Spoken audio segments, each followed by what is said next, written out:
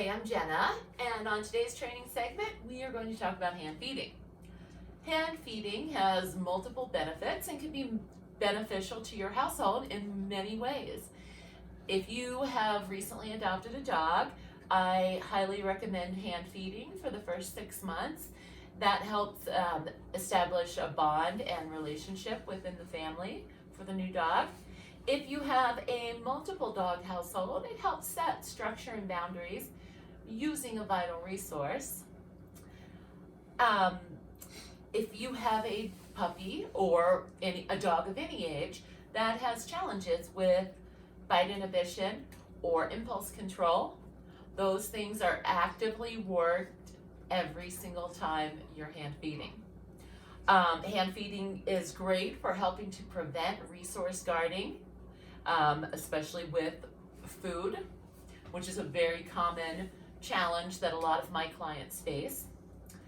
Anytime I have a client come to me with any sort of behavior challenges within the home, be it between dogs and humans, dogs and dogs, etc., the first thing I do is set them up for a hand feeding regimen.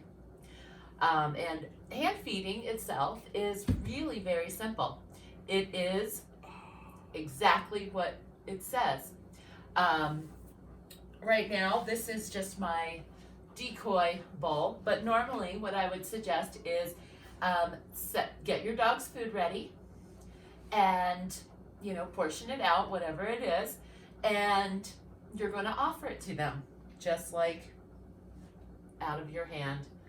Good boy, Jed. Now, with hand feeding, Jed, being a senior dog and having some aches and joint problems at the age of 13 here, I'm not going to ask a lot of him in exchange for his food.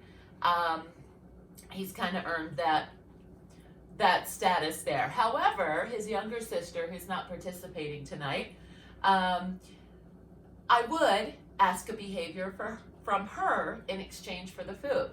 So I'll walk you through what that would normally look like. So, Jed, and I'd offer him a piece of his food.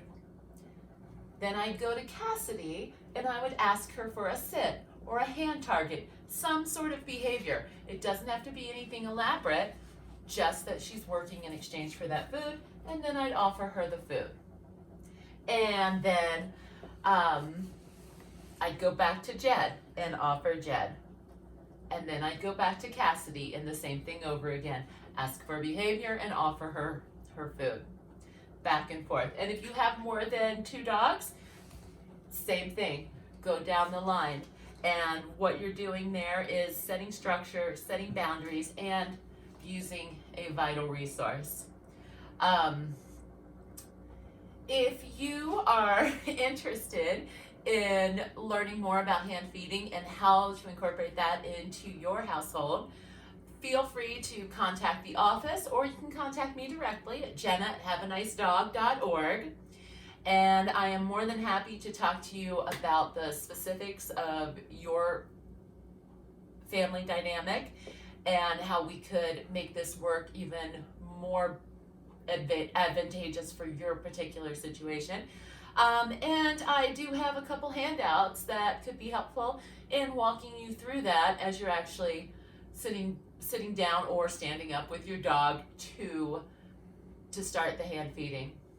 Thanks for watching and have a great day.